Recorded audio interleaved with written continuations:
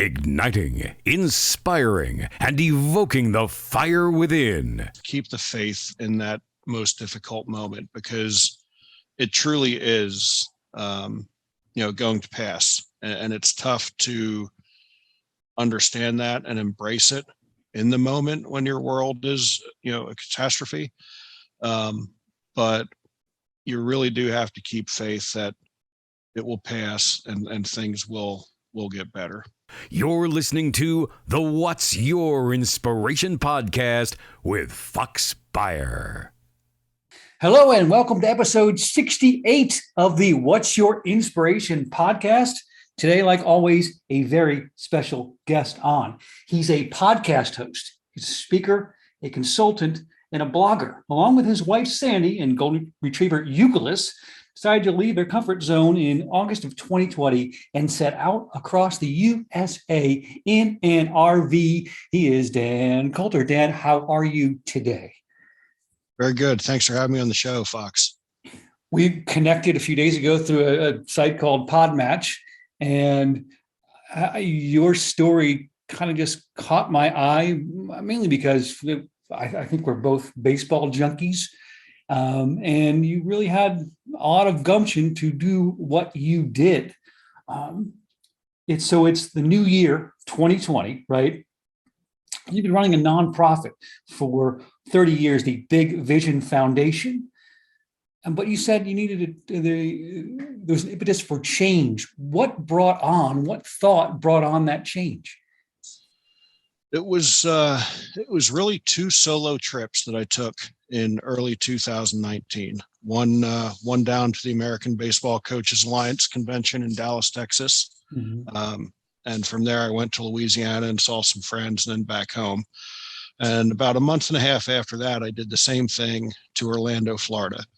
And I drove myself both times, and I took my time, probably the first time in my life that I actually took my time getting to a destination. When we ran the organization, we traveled a lot. That was part of our makeup as an organization, as we traveled and played in a lot of tournaments. But man, it was a regimented schedule. It's like, hey, bus is going to be at the Old Country Buffet at 8:00 in the morning. The kids have an hour to eat. We need to make sure they're back on and pulling out by 9:00 so that we're at the complex by noon. And then once we get to the complex, they have a certain amount of time to get all their stuff loaded in. And then we've got, activities before we start playing, so everything was always spelled out. And this is the first time that I really enjoyed it. And my mom had done some traveling. She had taken an old 1968 Plymouth Valiant and yanked the back seat out of it and put a sheet of plywood and a mattress in there, and traveled around the country quite a bit and did a lot of volunteering. And, I always admired her. I loved her story. I loved telling people her story, but at no point in my life did I ever think that it would be my story. And on those two trips, there was kind of an aha moment, where it was like, you know what, man, I get it. I understand why mom did this. And when I got back, I was in the process of adding 10 new chapters to my first book, The Beauty of a Diamond Through the Eyes of a Coach. But, I put in a lot of hours at the complex, and it was tough to sit down and write. And when I got back from each of those trips, I had written like I hadn't written in years. And there's just this new inspiration to sit down and write. And I think that's when it started clicking. But there was kind of an internal battle as well, because I loved doing the work that I was doing. I loved working with kids.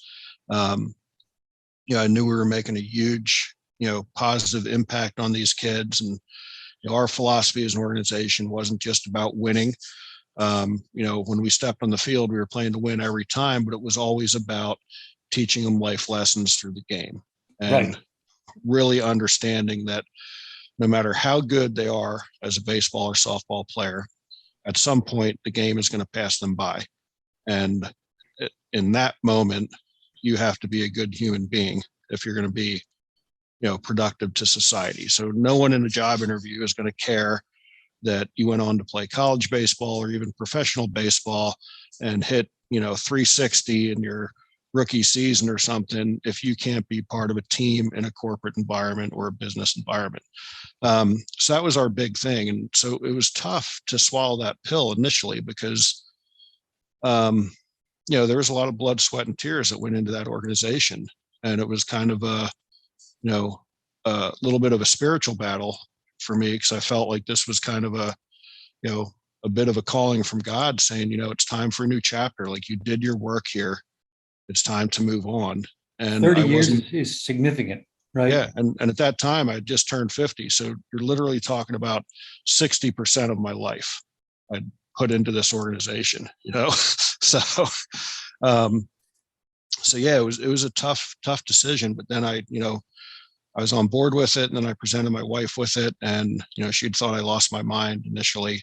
But, she had some stuff going on in her professional life as well, where, some doors were not being opened that she thought was going to be opened in her career. And, after a while she came back and was like, you know what, maybe this is all a sign, and I'm in, let's do this. So we started putting plans in motion to, to do what we did. And 2019 would be my last year with the organization. And then, 2020 rolls around and we, put the house on the market. COVID hits, shuts everything down. We got a smoking hot deal on a leftover 2019 RV that we were sitting in the dealership on the same day that Governor Wolf in Pennsylvania was issuing shutdown orders. Heck. And taking the house off the market at that point. And wondering, were we completely out of our mind? But yet at the same token, it felt so right as well. So, that's what we did. And that wasn't part of the plan to have an RV payment and continue to have a mortgage payment, sell the house, buy the RV and move on.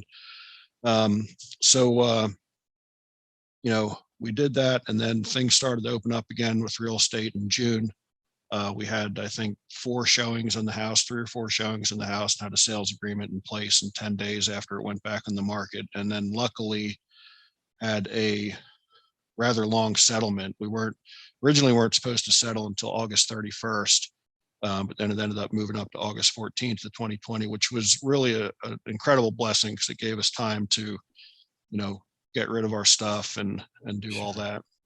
Sure. So you wrote in your book that, failure is a myth.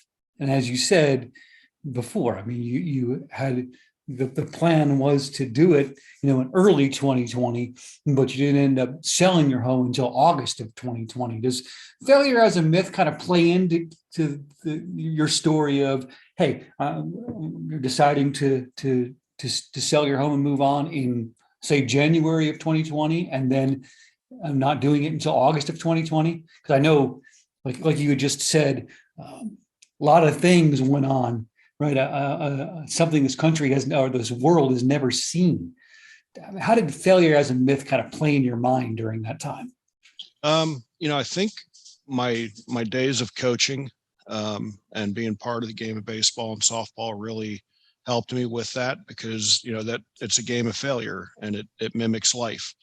And you got to be willing to make adjustments. So that's why I think when things weren't going the way originally mapped them out, we weren't necessarily looking at it as a failure. It was just a bump in the road. It was a bad at bat or something like that. And I think that's the thing that we always tried to teach our kids when they were playing as well, is that we were either winning or learning, we would say, and you never really failed unless you didn't learn through that failure. Like that's what a true failure is. So failure is a myth unless you don't learn from it, because it's about failure. It's about making mistakes. And we can't focus on the mistakes. We got to focus on what we learned on the mistakes and move forward and not make them again. Say the same thing a little bit differently. Failure as feedback. Yeah. How do we use that to make adjustment on the next pitch, running the next at bat, next play? Love it. I like how you've used the games of baseball and softball in your life, and really just to pay it forward. Speaking of paying it forward, you talked about your mother before. How explain more how her journey later in life is mirroring what you're doing now. Yeah, so she, when she did that traveling, she did a lot of volunteering. And then when she stopped traveling, full time, she went back and actually got a degree in drug and alcohol counseling. But she continued to travel even with that. So if there was a hurricane in South Florida or something, she would go and volunteer with the Salvation Army for, 2, 3, 4 weeks, whatever the case was, to help with relief efforts. After 9/11, she went up to Ground Zero and was up there. I think her original plan was to be up there for 3 months. It turned into like 6 or 9 months till it was all said and done. And, coming from, my philosophy of service really came from her at a very young age. She was always giving, however that was, whether it was Meals on Wheels, whether it was helping at the Little League concession stand, she was always giving, whether it was helping a friend change shingles on his house, it didn't matter. So as I was younger, most of the time, if she was volunteering for something, I was being dragged along to that, whether I wanted to or not. So as a young man, it was instilled in me that this is what we do, and my father was very giving as well, although he didn't have the time. He was an over the road truck driver, so he couldn't go and volunteer for, 4 or 6 hours with something, but he was always more than willing to help out financially where he could. So, I think between the two of them, that's where that kind of volunteer and giving spirit came in. And we always wanted, even when we embarked on this journey, we wanted volunteerism to be a part of it. And again, a lot of that was, knowing, mom did it, so we'll be able to do it. We didn't really know how that was going to look when we first left.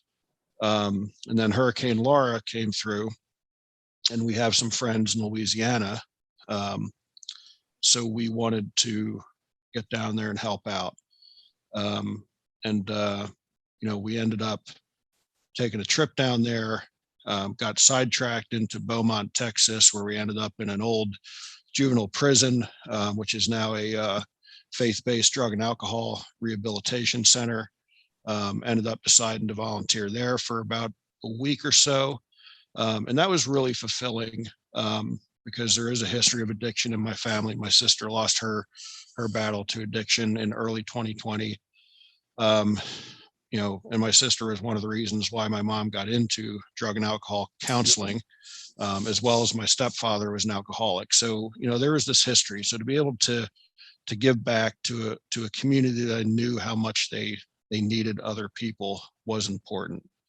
And then we ended up, after that, heading back over to Lake Charles, Louisiana, and helped out there for a week as well. And again, it was just so fulfilling. We're working there with people who literally have just, their house was literally blown away or washed away, but yet they're still out there giving and working side by side with us, because there were others who lost more than what they did, And it was just incredible to see. We talk about how bad things are in our country and society right now, but man, when something like that happens, you see the good. And, to be there and just hear these people talk and say, like, what, we're going to rebuild. It's, it's going to be okay. And, even though they've just lost, 80% of what they had, they're giving somebody else, 10% of the 20% that they have left, Sure. And it was just really incredible. And then after that, again, we didn't really know how we would fill in with the volunteering. But as it turned out, we connected with a group called A Year to Volunteer, which is an RV-centric volunteer organization. And, they go into state parks and nonprofit organizations, and we'll do a 2-week project, whether it's rebuilding fences or painting or landscaping, it doesn't really matter. It's just, whatever that particular organization needs done and doesn't have the manpower to complete it normally. So since we've connected with them, we've been on 4 or 5 projects with them, pieces of 4 or 5 projects.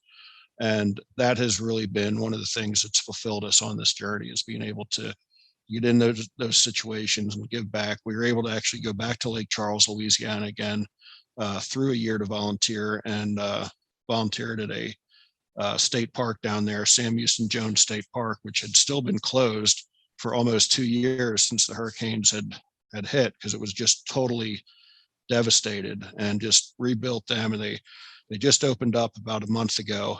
And we're seeing pictures. Some of the members of our group were able to get there and get some pictures. And, we're able to see people using the stuff that we helped rebuild, and the community coming back to it. And seeing the community come out while we were there and thank us. They brought meals for us, and just the gratitude they had of, this isn't just a state park for us. This is, part of our community. Like, my grandparents brought me here as a kid. I'm bringing my kids here now. They'll eventually bring their kids here. So, when you hear that and hear what it meant, so it's it was really special. And so the volunteering is such a huge part of what we do, and it's just so rewarding to get out there and give when we can. You've lived a lifetime of servant leadership, especially since you've graduated high school. And then for the listeners, it's Augie's author of 2 books, Dan is, but his recent one, The Journey of My Mother's Son, really gets into the meat and potatoes of what you're talking about. Dan, if we go back to August of 2020, and you set out on the road, what's one thing you would tell the 2020 version of yourself, if you had to go back? It's just be fluid, and that's the best part of what we're doing now, is that we can make adjustments. Right now we were supposed to be in Colorado at this time, as far as our regular plan went. Sadly, my sister-in-law passed away a little bit, a couple weeks after we arrived back in Pennsylvania. So we were able to be fluid, and we're at our niece and nephew's house now, her former house, to just kind of help them get things adjusted till they get moved back in. And under quote unquote society's normal circumstances, we probably wouldn't be able to do that. So, we were able to make an adjustment and be fluid. And that's been the best thing. I mean, there's been times where, we've been able to make a decision to change directions because of a need, that we didn't really know about initially. And it's been great. So I think just be fluid would be the thing that I would tell the guy jumping in the RV in August of 2020. I like it. Great life advice. So now it's time for you to be fluid in this little game I call What, Which, and Where, Dan. I'm going to read you a quote from somebody you might know, or just from afar, or know very, very well, and you tell us from where it came. Are you ready? Because I don't know if I am, but now I am. The quote number 1 goes like this, Dan. If you're going to spend your entire life in the grandstand, in my opinion, you're just wasting your life. Who said that? Would that been Roberto Clemente? You're barking up the right tree. You're barking up the right. Honus Wagner. You've gone down the tree a little bit.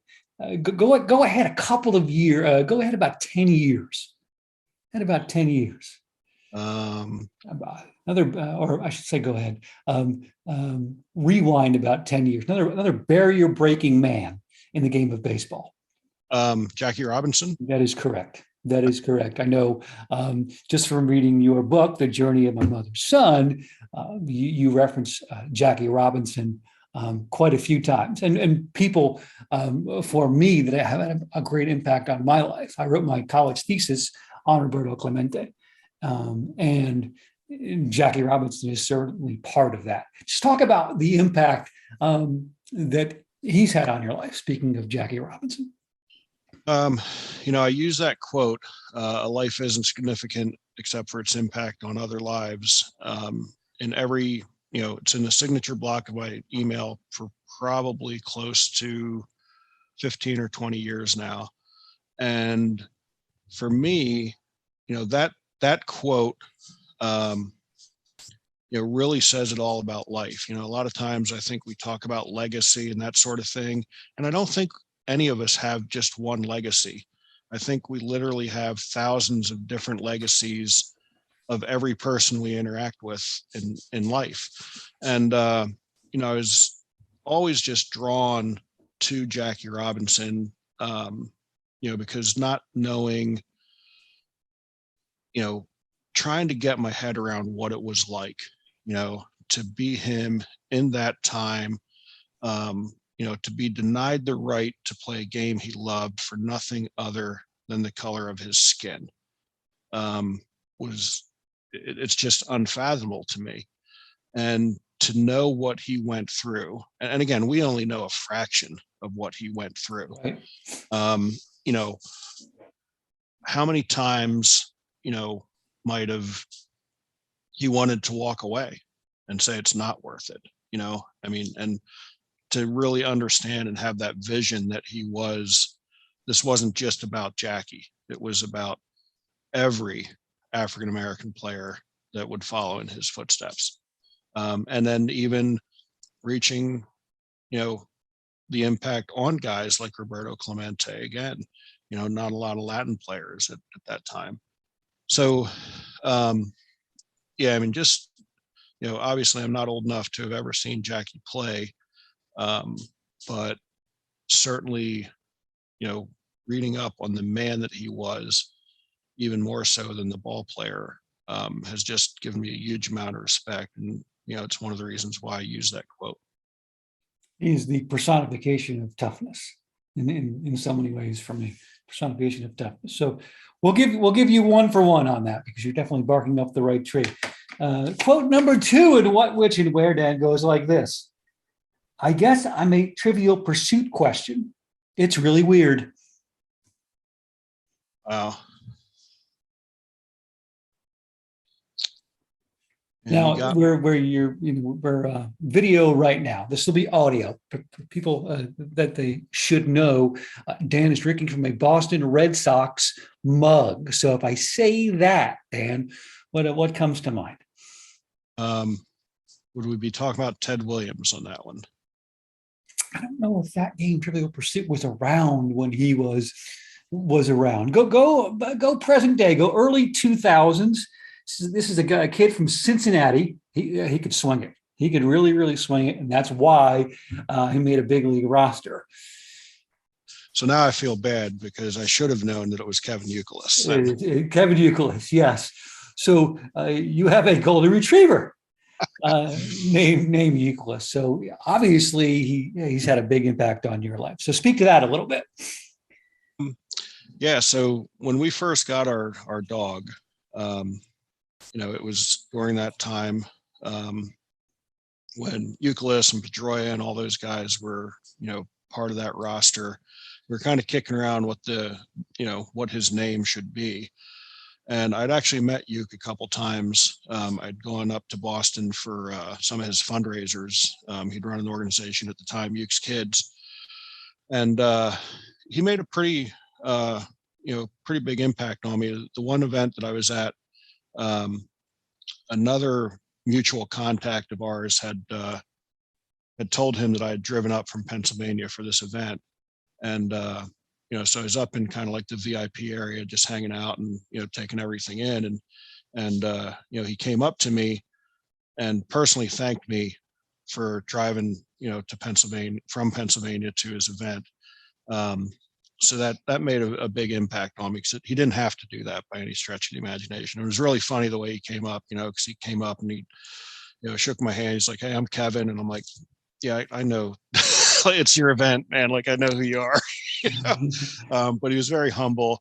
And I went to another one of his fundraisers for the charity later on that spring. So you're talking 6 months had gone by, and he came up to me and remembered me, and I again, it That's just cool. kind of blew me away that of all the people he had interacted with in his position, especially going through spring training and all that stuff already, that he would have actually remembered me was amazing. So we, as we were kicking around an idea to name the dog, one of our friends suggested, well, how about Youkilis? That's a unique name for sure. And we were like, all right, let's do that. And so yeah, that's how the dog got his name. So yes, I did have a dog that was named after a Yankees player for 2 months. But I got over it. Right? 28 games in 2013. Yeah. So, but I did get over that, and we're all good now. Did you give Hugh an alias? I did not. During that time. No, it's cool because you're not talking about his performance on the field. You're talking about the man that he is. So great homage to Kevin Youkilis and your golden retriever, Uke.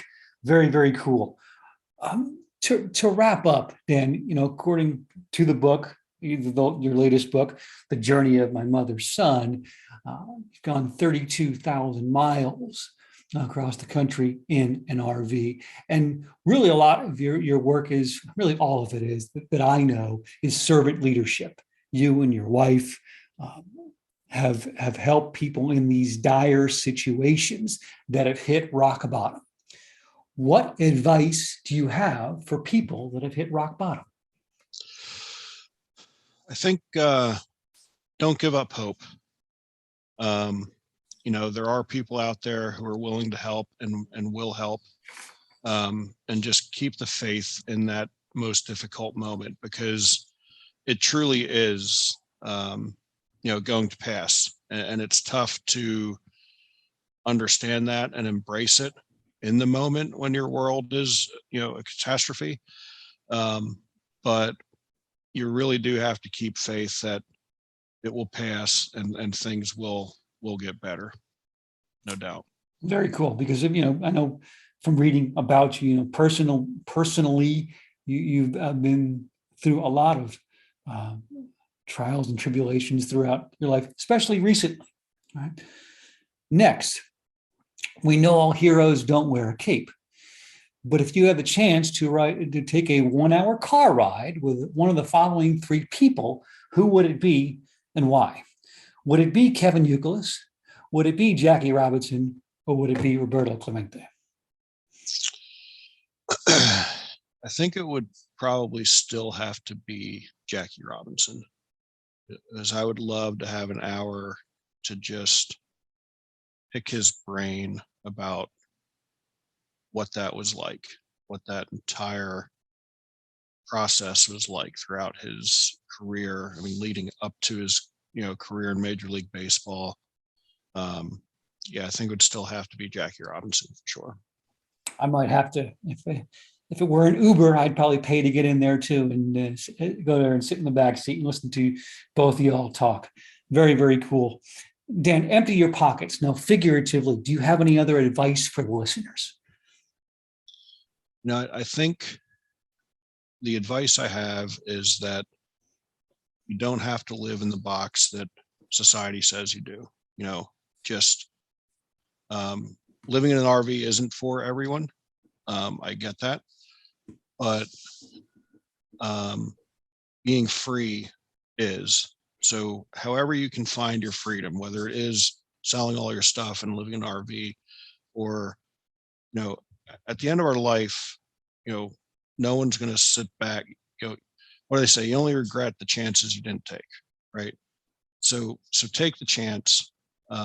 If you fail, you fail. You're going to learn from it, and you're going to move forward. So I think that would be the main advice I would want to give to my listeners, to your listeners at that point. Very, very cool. Poignant. Do you want to share any of your contact information, website? Absolutely. So, they can find all information relevant to myself and our journey at journeymymotherson.com, or danclouser.com, if that's easier for you to remember. They both go to the exact same site, and literally everything is there to be found. Links to my books, whether you want an autographed copy, you can order it through the website, or it'll take you to Amazon for just a regular copy. Speaking engagements, consulting opportunities, and my blog, and Yuke's blog. Yuke actually has a blog that he writes through his perspective of being a golden retriever on a now 38,000 mile trip that we've been 38. On. Wow. 6 since the book was published. Yeah, everything that you need to know about us can be found there for sure. Very cool. And Clouser spelled Clouser, correct? Yes. Yep. Perfect. Dan, this has been a blast. And if we do this again, we'll make it a little more baseball centered. How about that? Oh, there you go. You can have the Red Sox fan and the Yankees fan having a conversation. That's right. Because you're looking, I guess you're looking at my wall, 18-year-old me sitting with Jeter and Torrey. Very, very cool. Someone who I used to be, and them too. So, but Dan, this has been a blast, and I wish you all of the luck in the world on the road, you, Sandy, and Yuke. Thank you. I appreciate it. Appreciate being on the show, and thank you for grabbing a copy of the book and reading it. Really appreciate that. It's a blast. And I'm looking forward to finishing it up. All right. This is it for episode 68 of the What's Your Inspiration podcast. Dan and I will talk at you all later. Take good care. You have been listening to the What's Your Inspiration podcast with Fox Beyer, because impact on each other is the greatest currency you could ever have.